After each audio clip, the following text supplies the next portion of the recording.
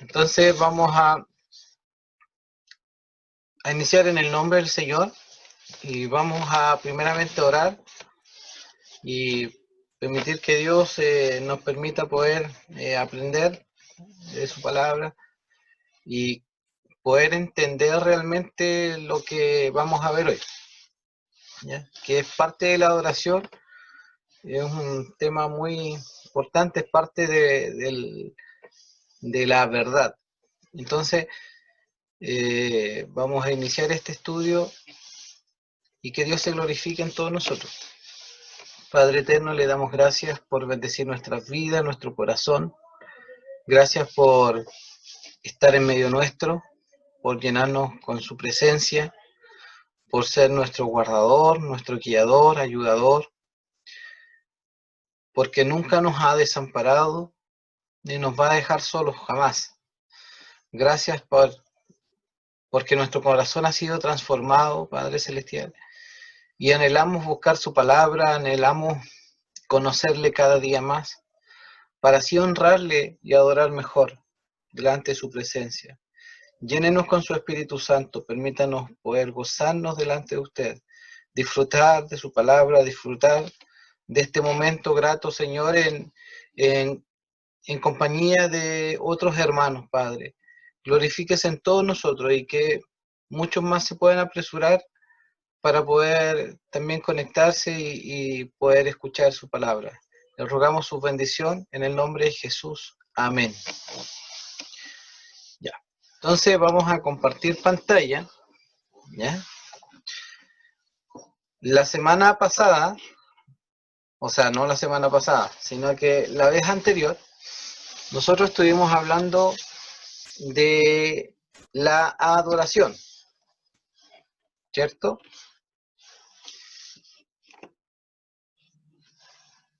A ver que me tome aquí.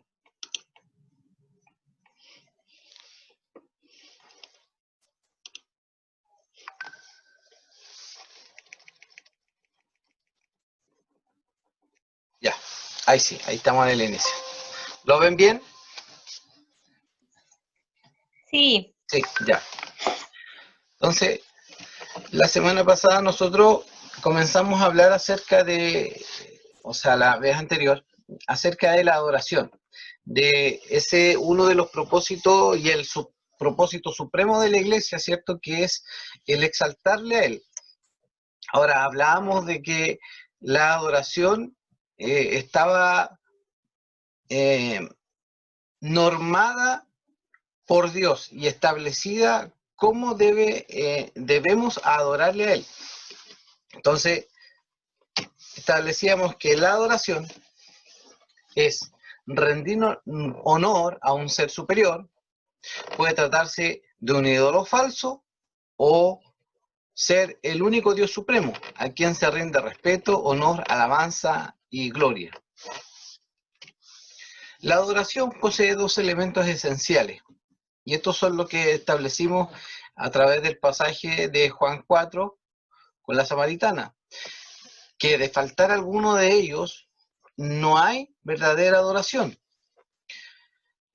Él le enseña a la mujer, a samaritana, que los verdaderos adoradores adorarán al Padre en espíritu y en verdad. Y recalca en el mismo pasaje y que de esta manera es necesario que le adoren. Entonces, es necesario, es pertinente que los verdaderos adoradores le adoren en espíritu y en verdad. Y es así como los verdaderos adoradores, aunque suene aunque sea repetitivo, pero es de esa la manera en la cual los adoradores adorarán, ¿ya? Entonces, establecimos que adorar, ¿qué es adorar?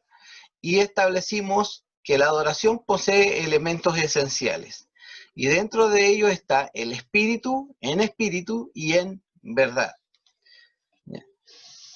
Y establecimos que era necesario que fuera de esa manera. Vimos esos dos puntos, conversamos un poco de ello y vamos a repetir un poco para volver a recapitular donde lo dejamos. en espíritu habla de entregar nuestro ser, adorarle con el corazón, con una actitud correcta, es decir, de buena voluntad, con amor y gozo. En Isaías 29:13 dijo entonces el Señor: por cuanto este pueblo se me acerca con sus palabras y me honra con sus labios, pero aleja de mí su corazón, y su veneración hacia mí es solo una tradición aprendida de memoria. Entonces, Dios se quejó mucho en el Antiguo Testamento, podemos ver en su palabra, de que solamente de labios se le honraba, pero su corazón estaba lejos de Dios. Entonces, no había una entrega total. Cuando nosotros hacemos las cosas con el corazón, se refleja en cómo lo hacemos, porque hay una entrega. Eh, lo hacemos de buena voluntad y entregamos toda nuestra pasión en ello. ¿Verdad? Habla de adorar conforme a la voluntad de Dios y no de la manera que nosotros creamos conveniente. Oseas 4:6 dice: mi pueblo es destruido por falta de conocimiento. Por cuanto tú has rechazado el conocimiento, yo también te rechazaré, para que no seas mi sacerdote. Como has olvidado la ley de tu Dios, yo también me olvidaré de tus hijos.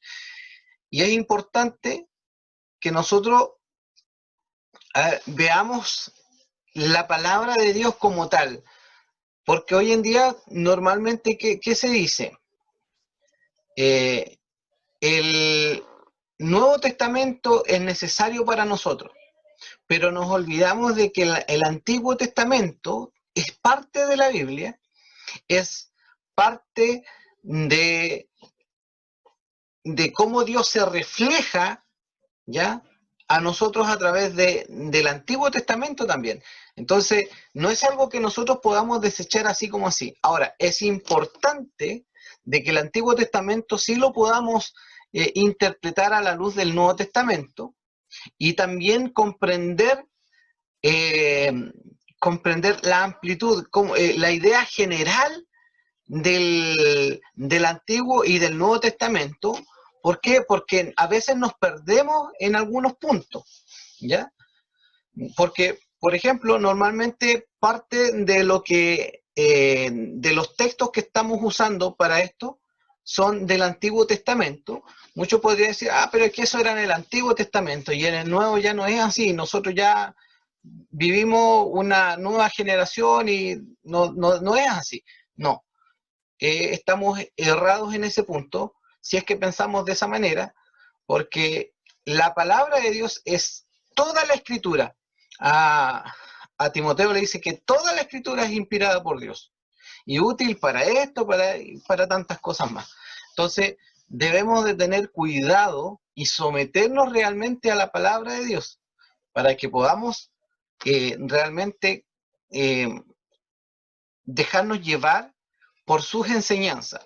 Aquí vamos a ver muchos textos del Antiguo, también hay varios de los nuevos, del Nuevo Testamento, ¿ya? Porque hoy vamos a establecer el protocolo de la adoración, que es parte de lo que es la verdad. No sé si alcanzan a ver el cursor ahí, es la verdad. Entonces, Dios ha establecido la manera en la cual nosotros debemos de adorarle. El protocolo. Dios ha establecido la manera en la cual Él quiere ser adorado, ¿ya? Y eso lo pudimos ver en el Antiguo Testamento. Cada vez que veíamos la historia, Dios puso protocolos y normas cómo se debían acercar al templo y así sucesivamente, muchas cosas. Vamos a ver un punto que es importante que lo comprendamos. Por ejemplo, en el libro de Esther, aquí hay un ejemplo. Nos presenta cómo la reina, aún siendo esposa del rey, no podía presentarse sin ser invitada delante del rey, cuyo acto podría costarle la muerte. Y eso lo vimos, y, o sea, no es que lo hayamos visto en un estudio, sino que aquel que ha leído el libro de Esther se dará cuenta de que ella temía por su vida, ¿cierto? Porque también quería presentarse delante de su rey para contarle y decirle qué es lo que estaba sucediendo. ¿Ya? Y ese temor estaba, y eso sucedía. No podía nadie acercarse delante del rey sin ser antes invitado o anunciado de una manera como correspondía protocolarmente. ¿Ya? Ahora, ¿cuánto más el Dios Altísimo? ¿O se imaginan a nuestro presidente de la República? Usted de repente escuchamos en las noticias o no sé, pues a cualquiera le dice el presidente de la noticia, el de la República va a dar un discurso, ¿ya? Entregando su cuenta pública.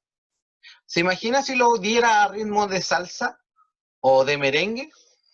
Bueno, Dios ha establecido cómo sus hijos deben de adorar en el culto de adoración. Suena como irrisorio. ¿Se imaginan ustedes realmente al presidente de la República dando una cuenta pública de esa manera, mal vestido? Veríamos que anda la chacota y que no toma nada en serio, ¿ya? Entonces, de la misma manera, nosotros debemos de preocuparnos. Está bien, Dios ha abierto ya el lugar santísimo para que nosotros nos acerquemos en adoración. Pero eso no quiere decir de que nosotros vamos a ir como a nosotros se nos plazca, o a hacer las cosas que se nos plazca en el servicio, por ejemplo, de adoración. En 1 Corintios 14, del 26 al 40, vamos a leer este pasaje. Dice, ¿qué hay que hacer, pues, hermanos, cuando os reunís cada uno aporte salmo, enseñanza, revelación, lengua o interpretación? Que todo se haga para edificación. Entonces, que en este primer punto vemos que es necesario de que todos nos preocupemos y nos incorporemos a la iglesia para entregar o disponer el don que Dios ha puesto en nuestras vidas para la edificación de la iglesia. ¿Ya? Entonces, ese punto es importante que lo tengamos en cuenta. Cada uno se reúne y que todo lo que se hace para edificación. Verso 27. Si alguno habla en lenguas, que hablen 2 o a lo más 3, y por turno, y que uno interprete. Pero si no hay intérprete, que guarde silencio en la iglesia y que hable para sí y para Dios. Y que 2 o 3 profetas hablen y los demás juzguen. Pero si a otro que está sentado le he revelado algo, el primero calle. Verso 31, porque todos podéis profetizar uno a uno, para que todos aprendan y todos sean exhortados. Verso 32, curioso lo que dice. Los espíritus de los profetas están sujetos a los profetas. Entonces, ¿qué establece este verso? Que no es que nosotros, yo tengo revelación de Dios y quiera saltar y decir todo lo que tenga que decir. No, todo debe ser en orden. Si alguien está hablando, debe callar, porque el espíritu del profeta está sujeto al profeta. No es que nosotros tengamos que ir saltando o ir de aquí para allá como controlados por el Espíritu de Dios. Dice que el Espíritu de Dios está sujeto a nosotros, ¿ya? Al dominio propio que tiene cada persona. Debemos dominar. Entonces, porque Dios no es Dios de confusión, sino de paz, como en todas las iglesias de los santos. Entonces, ¿por qué asunto se debe hacer de esa manera? Porque Dios no es Dios de confusión, sino de paz, como en todas las iglesias de los santos. Verso 34, y aquí no es que esté hablando en contra de nada, pero elegí este texto por lo que dices. Las mujeres guardan silencio en las iglesias porque no les es permitido hablar antes bien, que se sujeten, como dice también la ley. Y si quieren aprender algo, que pregunten a sus propios maridos en casa, porque no es correcto que la mujer hable en la iglesia. ¿Acaso la palabra de Dios salió de vosotros o solo a vosotros ha llegado? Si alguno piensa que es profeta o espiritual, reconozca lo que os escribo, que lo que os escribo es mandamiento del Señor. Pero si alguno no reconoce esto, él no es reconocido. Por tanto, hermanos míos, anhelad el profetizar y no prohibáis hablar en lengua. Pero, y lo recalqué con azul para que se entienda que es importante verso, pero que todo se haga decentemente y con orden. No es que nosotros lleguemos al servicio de adoración y nos pongamos a gritar, a saltar, a pararnos al frente a profetizar, ocupemos 1 hora o 2 horas, saliéndonos del orden establecido ya. Todas las cosas se deben hacer decentemente y con orden. Todo. Entonces, no es llegar y que nosotros nos paremos en el servicio de oración a hacer lo que nosotros queramos. No. ¿Ya? Todo se debe hacer con orden. En este caso, está hablando del profetizar y del hablar en lengua, en los dones espirituales. ¿Ya? Pero en sí, ¿ya? Nosotros podemos utilizar este texto, ¿ya? Como abarcando todo lo que nosotros hacemos dentro del servicio de adoración. Porque aquí lo que se preocupa es que todas las cosas se hagan para edificación, porque Dios no es Dios de confusión, sino de paz, como en todas las iglesias de los santos, y que todo se haga decentemente y con orden. Entonces, esos son los puntos que tenemos que recalcar. En 1 Corintios 14, 23, hablando de que todos hablen en lengua, a la vez dice, por tanto, si toda la iglesia se reúne y todos hablan en lengua, y entran algunos sin ese don o son incrédulos, ¿no dirán que estáis locos? Entonces, ¿cuál es la preocupación del apóstol Pablo? De que la iglesia, cuando se reúne en adoración, sea de manera ordenada, sea de una manera que comprendan, incluso a aquellos incrédulos que entran, ¿ya? Que ellos también puedan entrar y no digan que estamos locos, ¿ya? Hay una alabanza que se escribió y dice que digan que estoy loco, no me importa y todo el tema, pero es que yo discrepo en ella porque la palabra de Dios se preocupa de eso. No es que nosotros estemos locos, ¿ya? Y no es que no nos debiera importar, porque nosotros debemos de preocuparnos de eso, de que nuestros servicios se realicen de una manera ordenada y que si llega a entrar una persona, aunque sea incluso un incrédulo, pueda entender lo que se está haciendo, ¿ya? Pueda captar. ¿Cómo va a aprender esa persona si están todos hablando, todos gritando, todos por aquí, todos por allá? Va a encontrar que hay un desorden, se va quizás sentir incómodo y se va a querer ir. En vez de nosotros preocuparnos de que todo sea ordenado, ¿cierto? Y de que esa persona escuche la palabra de Dios, porque los incrédulos necesitan a Jesucristo y nosotros debemos predicar a Jesucristo.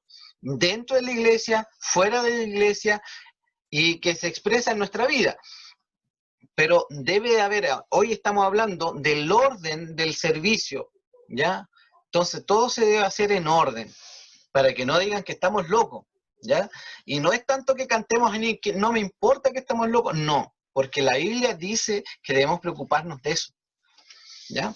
A Timoteo también, el apóstol Pablo le dice en 1 Timoteo 3, del 14 al 15, te escribo estas cosas esperando ir a ti pronto, pero en caso que me tarde, te escribo para que sepas cómo debe conducirse uno en la casa de Dios, que es la iglesia del Dios vivo, columna y sostén de la verdad. En este verso nosotros podemos darnos cuenta de que hay una preocupación del apóstol Pablo porque Timoteo sepa cómo debe conducirse, no en la casa del hermano, no en la casa de otro hermano, no en la iglesia del pastor, no, en la iglesia del Dios vivo. La iglesia no es la iglesia de un hermano tal o de un hermano cual. La iglesia es la iglesia del Dios vivo. Y la iglesia es columna y sostén de la verdad. Entonces, la iglesia debe andar, no solamente preocuparse y defender la iglesia, y defender la verdad, sino que también debe eh, someterse a ella y andar como ella dice. Sostén de la verdad. Columna habla de un pilar que sostiene y que defiende la verdad.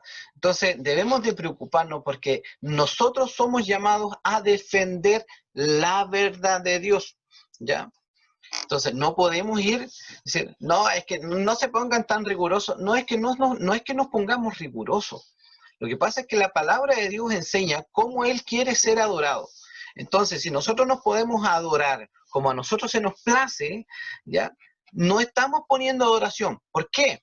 Porque recordemos de que se necesitan dos elementos esenciales. Uno es la verdad, que es esto, que es hacerlo conforme a su voluntad, y lo otro es el corazón, poner nuestro corazón, el espíritu, en espíritu. Entonces poner todo nuestro ser en ello, poner todo lo que somos en ello, entregarnos para ello. Entonces, habla de eso. Ahora vamos a ver el principio regulativo de la adoración, ¿ya? Cómo Dios reguló la adoración. Ahora, los teólogos hablan acerca de este principio regulativo extraído de la palabra de Dios, ¿ya? Para que no piensen que a mí se me ocurrió. Dios ha regulado tanto en el Antiguo Testamento, Dios ha regulado tanto en el Antiguo Testamento como también en el Nuevo Testamento cómo debe ser adorado. Por tanto, los hombres lo deben hacer no como más les estime conveniente, sino como Dios lo ha mandado en su palabra. Y eso es importante. Tener en cuenta de que no todas las cosas se deben hacer como nosotros, o para nosotros nos caiga mejor, o nos guste. No es por gusto, es por cómo Dios quiere ser adorado. Ese es el punto, eso es lo que estamos viendo hoy.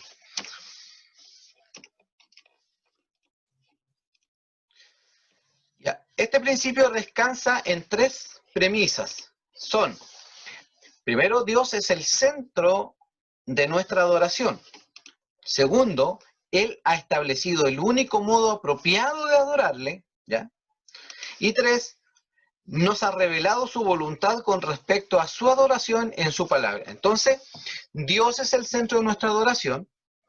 Él estableció la manera en la cual se debe adorar y esa manera está establecida y escrita en su palabra. Entonces Él se ha revelado a nosotros. Y nosotros debemos de escudriñar la palabra de Dios para conocerle a Él, para saber cómo es. Siempre, por ejemplo, nuestro pastor nos hace un comentario que no a todos les gusta, pero es muy pertinente, ¿ya? Cuando dice, oye, cuando usted se prepara, por ejemplo, cuando tiene alguna reunión con su jefe, o cuando usted tiene una reunión, por ejemplo, con el alcalde, con alguna autoridad, usted no va como se le ocurrió, ¿ya? Todo tiene un protocolo, usted no se pasea por la oficina del presidente o del concejal, o no sé, de dónde vaya. Nosotros no nos paseamos por aquí y por allá porque todo debe ser protocolar, de manera ordenada, ¿ya? Debemos pasar, esperar que la secretaria nos dé el permiso para entrar. Entonces, no es como a nosotros se nos plazca. Y vamos con lo mejor que tenemos, ¿ya? Y eso es muy pertinente en este punto. Ahora, este principio regulativo tiene dos enemigos que son importantes de verlo, y tenemos que verlo para que nos cuidemos nosotros de aquello. Son el subjetivismo y el pragmatismo, ¿ya? Vamos a ver qué es lo que son estos dos. El subjetivismo afirma que la fuente de todo conocimiento o de cualquier verdad depende de cada individuo, ¿ya? Es mi opinión personal de las cosas. Aquí nace el yo creo que se debiera hacer así, o yo pienso que, por ejemplo, quienes dicen que el aborto es un derecho basado en su propia opinión, no en lo que la Biblia enseña. ¿Ya? Y eso lo podemos ver. Muchos defienden el aborto y quieren abortar y tener esa permisibilidad, ¿cierto?, del Estado, ¿ya? Pero basado en su opinión, no en lo que la Biblia pueda enseñar. Y también fuera de la cristiandad, por ejemplo, podemos verlo, si usted dice que el cielo es amarillo, ¿ya? La subjetividad dice que tiene razón, y si dice que es morado, también tiene razón, porque es su verdad. O sea, cada individuo tiene su propia verdad y anda según su propia verdad. Entonces, en esto nosotros nos debemos cuidar. Cuando en la iglesia comienzan a decir, por ejemplo, no, es que yo pienso que no es tan así. O yo pienso que aquí, o yo pienso para allá, o yo creo en esto. No, no es como nosotros pensemos, no es como nosotros anhelemos, sino que, o lo creamos, ¿ya? No son muchas verdades, es una sola verdad. Y nosotros nos basamos en la verdad de la palabra de Dios, ¿ya? Eso es el subjetivismo y el pragmatismo. Y este comentario lo tomé de una página de la Coalición por el Evangelio, que la encontré muy pertinente y muy fácil de comprender. Dice, el hombre de fe juzga la mente y la voluntad de Dios por lo que está revelado en su palabra. En cambio, el pragmático lo interpreta por lo que Dios hace en sus obras, o sea, por los resultados de sus experiencias. Ellos dicen que si tienen buenas experiencias, el Señor está con ellos. Si prosperan, si tienen grandes congregaciones, si progresan socialmente, si se les multiplican las diversiones, si logran desarrollar actividades que mantengan a la feligresía contenta o a la iglesia contenta, es que la providencia divina obra a su favor y que son bendiciones del amor de Dios. Así piensan. Entonces, está basado en los resultados. Yo les voy a dar un ejemplo muy vívido y yo creo que todos lo han visto y se darán cuenta de esto. En 1 Corintios, esto no lo escribí, ¿ya? En 1 Corintios, capítulo 11, del 23 en adelante, habla acerca de la cena del Señor, ¿ya? Más adelante vamos a ver un punto acerca de la cena del Señor, pero esto es lo que nosotros realizamos dentro de la iglesia. Del verso 23 en adelante dice, porque yo recibí del Señor lo que también os he enseñado, que el Señor Jesús, la noche que fue entregado, tomó pan, ¿cierto? Y aquí está relatando cómo se hace el servicio, y habiendo dado gracias lo partió y dijo, tomad, comed, esto es mi cuerpo, que por vosotros he partido, haced esto en memoria de mí. Asimismo tomó también la copa, después de haber cenado, diciendo, esta copa es el nuevo pacto en mi sangre. Haced esto todas las veces que le bebiereis en memoria de mí. Verso 26, así pues, todas las veces que comiereis este pan y bebiereis esta copa, la muerte del Señor anunciáis hasta que Él venga. Ahora vamos a leer 2 o 3 versos más. Dice, de manera que, verso 27, cualquiera que comiere este pan o bebiere esta copa del Señor indignamente, y aquí vamos a entender qué es lo que es indignamente, será culpado del cuerpo y de la sangre del Señor. Por tanto, pruébese cada uno a sí mismo y coma así del pan y beba de la copa, porque el que come y bebe indignamente sin discernir el cuerpo del Señor, sin discernir es sin entender por qué está comiendo ese pan, qué significa, y lo hace irreverentemente también, ¿ya? Sin discernir el cuerpo del Señor, juicio come y bebe para sí. Porque una persona que no es salva no entiende por qué está comiendo eso o por qué está bebiendo eso. Entonces, ¿por qué leí esto?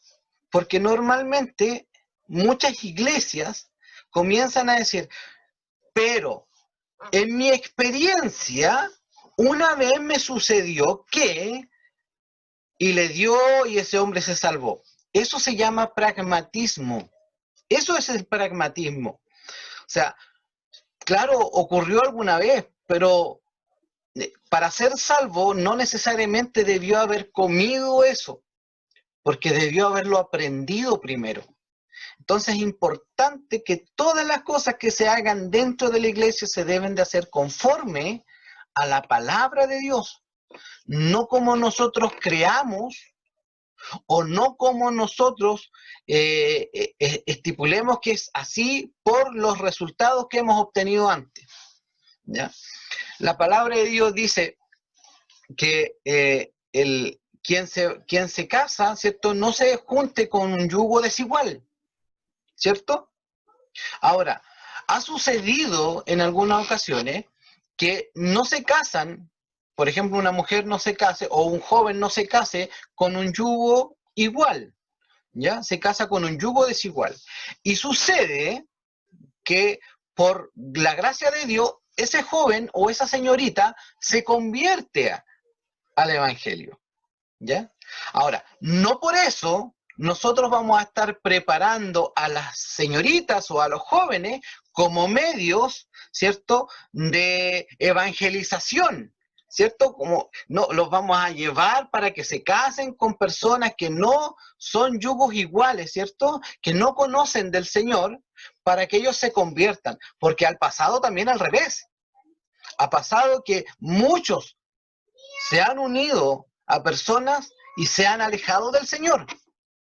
Entonces, ¿cómo lo debemos hacer? ¿Como nuestra experiencia lo dice o como la palabra de Dios lo dice? Ese es el punto, por eso todo esto está regulado por la palabra de Dios. Después estos puntos los vamos a ver por separado, pero este es el tema esencial. El hacerlo en verdad, el adorar en verdad, es adorar a Dios conforme su palabra lo ha estipulado, lo ha revelado, ¿ya? Y si la palabra dice lo contrario, no debemos hacerlo al revés, ¿ya? Ese es el punto. Y estos son los dos puntos que son los enemigos de la verdad, de este principio regulativo. Vamos a ver entonces el principio regulativo. Dios es el centro de nuestra adoración. Y aquí todos estamos conformes porque esto, yo creo que todo cristiano debe entender esto y creer esto. Isaías 42:8 dice, yo soy el Señor, ese es mi nombre, mi gloria a otro no daré, ni mi alabanza a imágenes talladas. Éxodo 34:14 dice, pues no adorarás a ningún otro Dios, ya que el Señor, cuyo nombre es celoso, es Dios celoso. Siempre nuestra adoración debe estar dirigida solo a Dios y al Hijo y su obra en la cruz del Calvario, como dice en Juan 5:23, para que todos honren al Hijo así como honran al Padre. El que no honra al Hijo, no honra al Padre que le envió. Menos el gloriarnos a nosotros mismos por nuestras capacidades, por predicar el Evangelio o creer que la salvación es fruto de lo que yo he hecho. Como dice en Gálatas 6:14, pero jamás acontezca que yo me gloríe, sino en la cruz de nuestro Señor Jesucristo, por el cual el mundo ha sido crucificado para mí y yo para el mundo. Entonces, jamás nosotros nos debemos gloriar y nuestra adoración debe estar centrada en el Dios vivo y real, en el Hijo y en la obra de la cruz. Ese es el centro de nuestra adoración. Él ha establecido el método apropiado para adorarle. Y vamos a ver qué es lo que la palabra enseña que se deben realizar en los servicios. Celebrar la cena del Señor, en Hechos 27, y el primer día de la semana, cuando estábamos reunidos para partir el pan, Pablo les hablaba pensando en partir al día siguiente y prolongó su discurso hasta la medianoche. Entonces, ¿qué es lo que hacían? Cada primer día de la semana celebraban la cena del Señor. Y eso lo hacían los primeros cristianos. ¿Por qué? Porque el Señor estipuló que se debe hacer esto, celebrar la cena del Señor. La cantidad de veces que se debe hacer, sería ideal poderlo hacer más seguido para que tengamos conciencia de lo que estamos, porque parece que cuando es una vez al año, parece que los hermanos días antes nomás le toman el peso a lo que está establecido por Dios, y ahí como que se ponen santos, y después de que pasa la cena del Señor, ¿cierto? Ya como que se sueltan y se liberan de todo, ya como que ya pasó el momento ya. No, debería ser, creo yo, más seguido, pero eso ya no está, no es parte mía, eso es decisión de la iglesia. Orar. En 1 Corintios 14:15 dice, entonces, ¿qué? Oraré con el espíritu, pero también oraré con el entendimiento. Cantaré con el espíritu, pero también cantaré con el entendimiento. ¿Qué quiere decir? Que lo voy a orar con entrega, con pasión, queriendo hablar con Dios.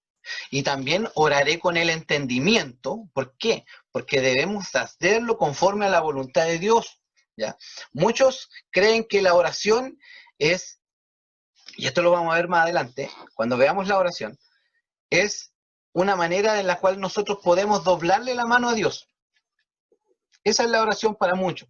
Voy a orar para que Dios cambie las cosas y Dios no haga conforme a su voluntad, sino que como nosotros creamos pertinente. No, Él hace su voluntad siempre.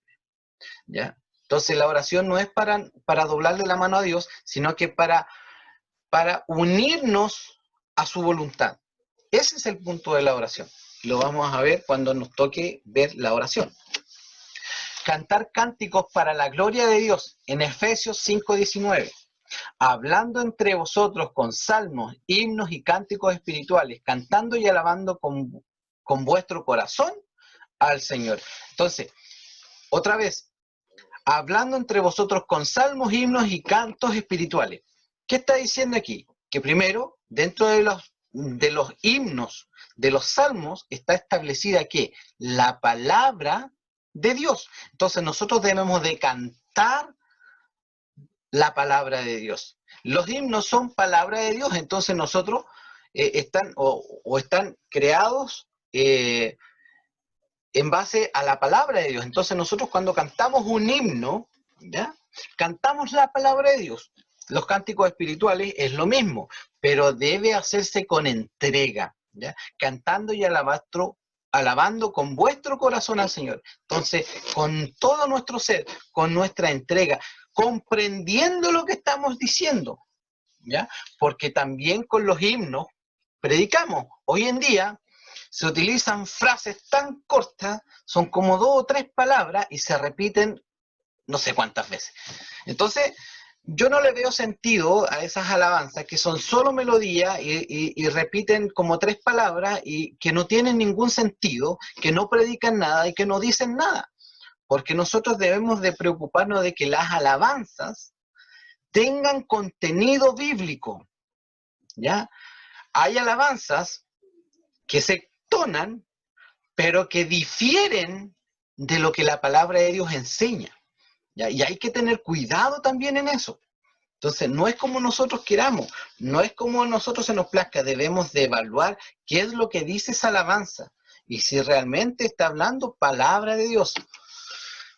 Recoger ofrendas. En 1 Corintios 16:2, las ofrendas, usted dice, si las ofrendas se le ocurrió a los pastores, a los hermanos que tienen que hacer ofrendas. No, la ofrenda es bíblica, ¿ya? Que el primer día de la semana, cada uno de vosotros aparte y guarde según haya prosperado, para que cuando yo vaya no se recojan entonces ofrendas. Entonces, el recoger las ofrendas en cada servicio, porque habla del primer día de semana, porque ese día es el que se reunían los cristianos. Entonces, deben de estarlo haciendo cada primer día de semana, ¿cierto? Preocupados, ¿por qué? Preocupados por el hermano, por aquel que necesita, preocupado por nuestro prójimo. Entonces, las ofrendas debemos entregarle de corazón, y más adelante vamos a ver un poquito el punto y vamos a ver qué son las ofrendas según la palabra de Dios, pero más adelante sola. La lectura de las Escrituras, ¿ya? En Colosenses 4:16, el apóstol Pablo les dice a los colosenses: cuando esta carta se haya leído entre vosotros, los de Colosa, ¿cierto? Hacerla leer también en la iglesia de los laodicenses. Y vosotros, por vuestra parte, leed la carta que viene de la Odisea. O sea, que la lectura de la escritura de la palabra de Dios se debe hacer en todas las iglesias. ¿Por qué hace esta conversión? Por Sí, ejemplo, tiene tres capítulos, dos eh, capítulos. los hermanos, por favor, que puedan silenciarse ya, por favor. Cuando esta carta se haya leído entre vosotros, ya Colosenses, Efesios, la Odisea y varias iglesias más, Esmirna, estaban muy cerca, ya estaban en toda la región de Asia Menor. Entonces, esa carta se la podían traspasar entre unos y otros para que se la fuesen leyendo. Entonces, todas las cartas se las leían entre ellos. ¿Y para qué? Para que fueran doctrinados en la palabra de Dios, en la enseñanza revelada por intermedio de los apóstoles, ¿ya? Y los profetas, obviamente. Proclamar la palabra de Dios. Y el primer día de semana, cuando estábamos reunidos para partir el pan, Pablo les hablaba, ¿ya?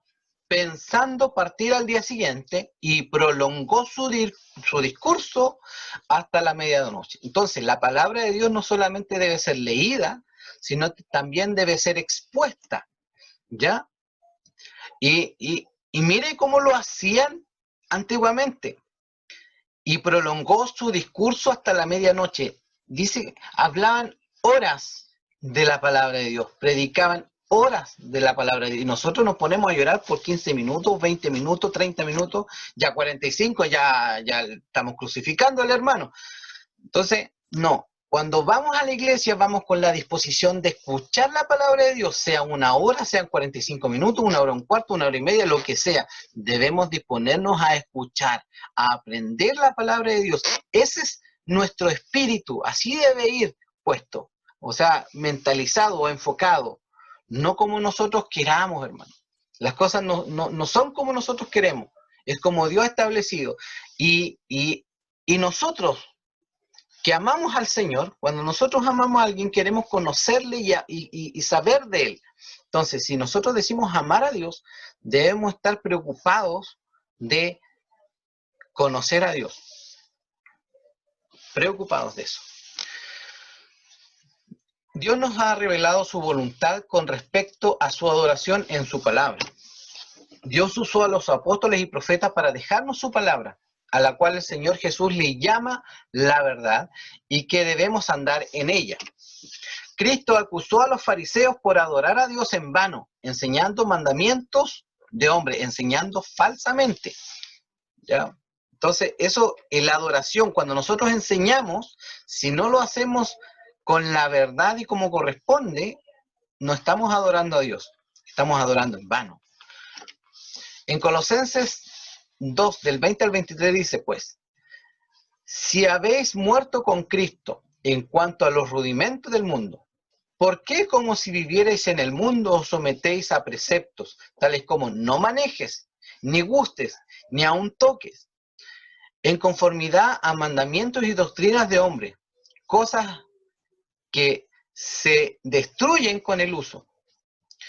Tales cosas tienen a la verdad cierta reputación de sabiduría en culto voluntario, en humildad y en duro trato del cuerpo, pero no tienen valor alguno contra los apetitos de la carne. Entonces, nuestro culto voluntario debe hacerse ya conforme a la voluntad de Dios, y cuando se predique la palabra, tiene que ir también tener algún valor en contra, como dice ahí, de los apetitos de la carne.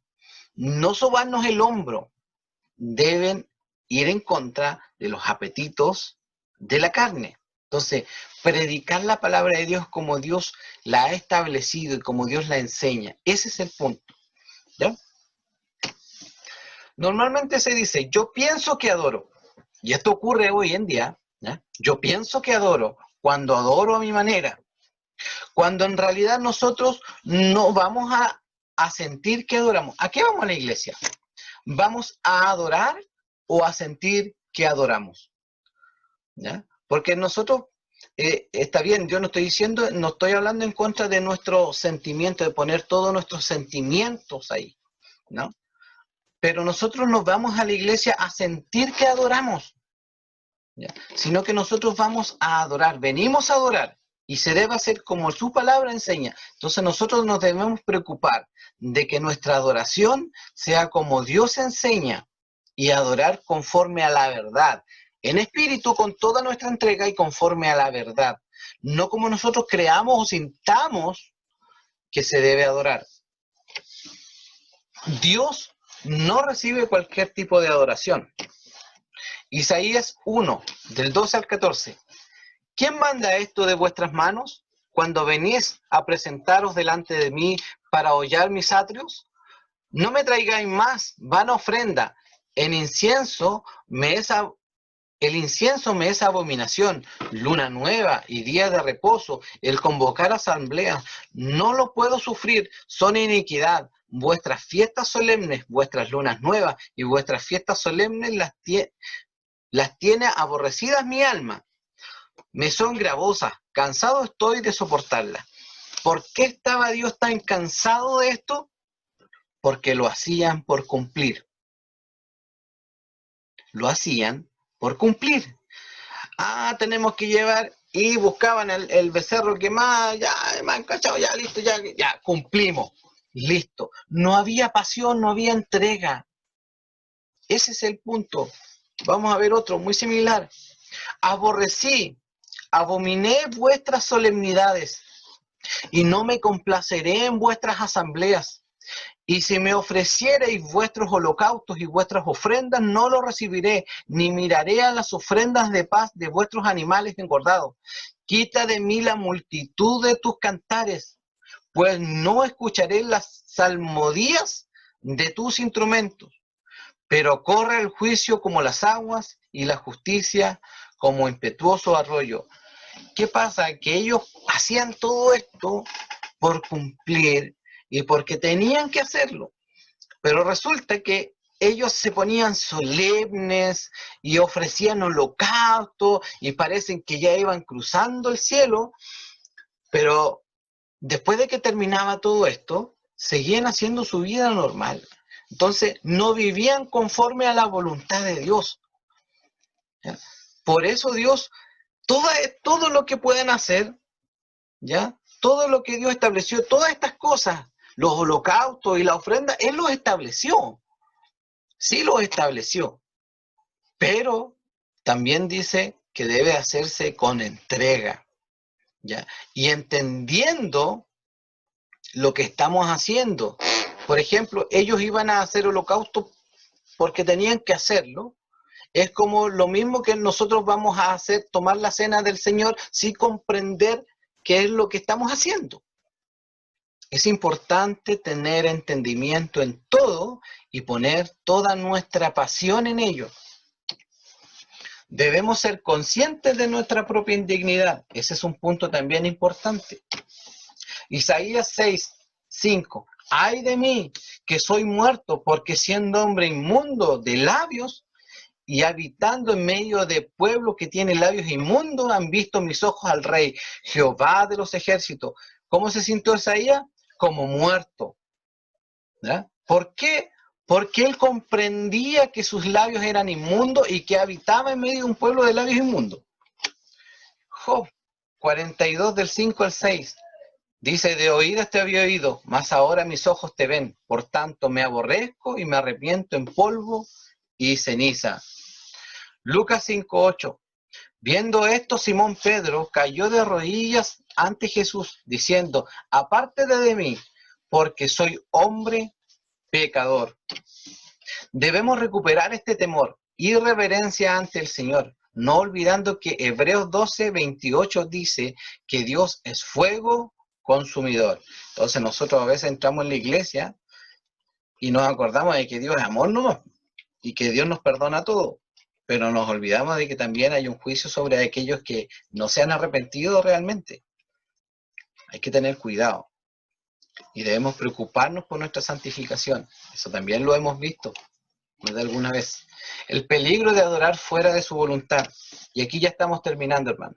Levíticos 10, del 1 al 3, narra lo siguiente. Nadab y Abiú, hijos de Aarón, tomaron sus respectivos incensarios y después de poner fuego en ellos y echar incienso sobre él, ofrecieron delante del Señor fuego extraño, que él no les había ordenado. Y la presencia del Señor salió fuego que los consumió, y murieron delante del Señor. Entonces Moisés dijo a Aarón, esto es lo que el Señor habló diciendo, como santo seré tratado por los que se acercan a mí, y en presencia de todo el pueblo seré honrado. Y Aarón guardó silencio. Entonces, debemos hacer nuestros servicios de adoración como a nosotros se nos plazca. Acordémonos de Nadab y Abiú, porque ellos presentaron fuego extraño delante del altar y fueron consumidos. El 2 Samuel 6, del 5 al 7, también cuenta cuando recuperaron el arca.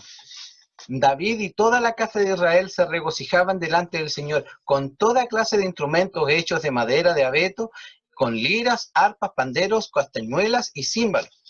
Pero cuando llegaron a la era de Nacón, Usa extendió la mano hacia el arca de Dios y la sostuvo porque los bueyes casi la volcaron. Y se encendió la ira del Señor contra Usa, y Dios lo hirió allí por su irreverencia, y allí murió junto al arca de Dios. Entonces, ¿por qué murió Usa? Porque el rey David se le ocurrió la mejor idea y súper conveniente de traerlo en una carreta con bueyes, ¿ya? Entonces, cuando fue a caer, Usa fue queriendo hacer lo mejor para que el arca no se cayera, la tomó y falleció en ese momento. ¿Por qué? Porque él había establecido que el arca se debía de trasladar como él lo había establecido y debían hacerlo los sacerdotes, ¿ya? No cualquier persona. Entonces, después, si usted sigue leyendo después de ese mismo pasaje, David se preocupó de que se hiciese como el Señor lo había mandado, ¿ya? Para que no ocurrieran más cosas como esta. El peligro de adorar. Vamos a ver en Hechos el tema de Ananías y Zafira. Cuenta, pero cierto hombre llamado Ananías, con Zafira su mujer, vendió una propiedad y se quedó con parte del precio, sabiendo también su mujer, y trayendo la otra parte, la puso a los pies de los apóstoles. Mas Pedro dijo a Ananías, ¿por qué ha llenado Satanás tu corazón para mentir al Espíritu Santo y quedarte con parte del precio del terreno mientras estaba sin venderse? ¿No te pertenecía? Y después de vendida, ¿no estaba bajo tu poder? ¿Por qué concebiste este asunto en tu corazón? No has mentido a los hombres, sino a Dios. Al oír Ananías estas palabras, cayó y expiró, y vino un gran temor sobre todos los que lo supieron. Realmente lo que pasó ahí es que Ananías y Zafira no temieron a Dios, haciendo una promesa engañosa. Primero, ofrecieron su heredad y todo lo que saliera del valor de ella, ¿ya? Pero tentaron al Señor tratando de quedarse con parte de lo ofrendado. Ellos podían haber dicho, y somos libres nosotros de ofrendar lo que a nosotros creamos conveniente. Ellos podrían haber dicho, la mitad o cierta parte daré a Dios, pero prometieron y no cumplieron. Pablo dice en 2 Corintios 9, del 7 al 8, que cada uno dé como propuso en su corazón, no de mala gana ni por obligación, porque Dios ama al dador alegre. Y Dios puede hacer que toda gracia abunde para vosotros, a fin de que teniendo siempre todo lo suficiente en todas las cosas, abundéis para toda buena obra. Entonces Dios nos da, y de lo que Dios nos da, ¿ya? Nosotros ofrendamos como propuso nuestro corazón, pensando en que Dios también nos ha prosperado, si es que ha sido así, ¿ya? Entonces, Dios no nos obliga a dar, no obligó a Ananías ni a Zafira a dar su heredad, no, y lo prometieron. Entonces, hay que tener cuidado que cómo nosotros ofrendamos delante de Dios, y recordemos que la ofrenda es parte del servicio público, es parte del servicio de adoración a Dios. Entonces, todo se debe hacer y nosotros debemos de dar como propuso nuestro corazón, no de mala gana ni por obligación, porque Dios ama al dador alegre. Entonces, todo está regulado por la palabra de Dios, todo. Las ofrendas, la oración, los cánticos de alabanza, todo se debe hacer como corresponde. Entonces, que Dios nos bendiga, hermano. Esta es la lección de hoy y, y que esto pueda enseñarnos y mostrarnos la realidad de su palabra.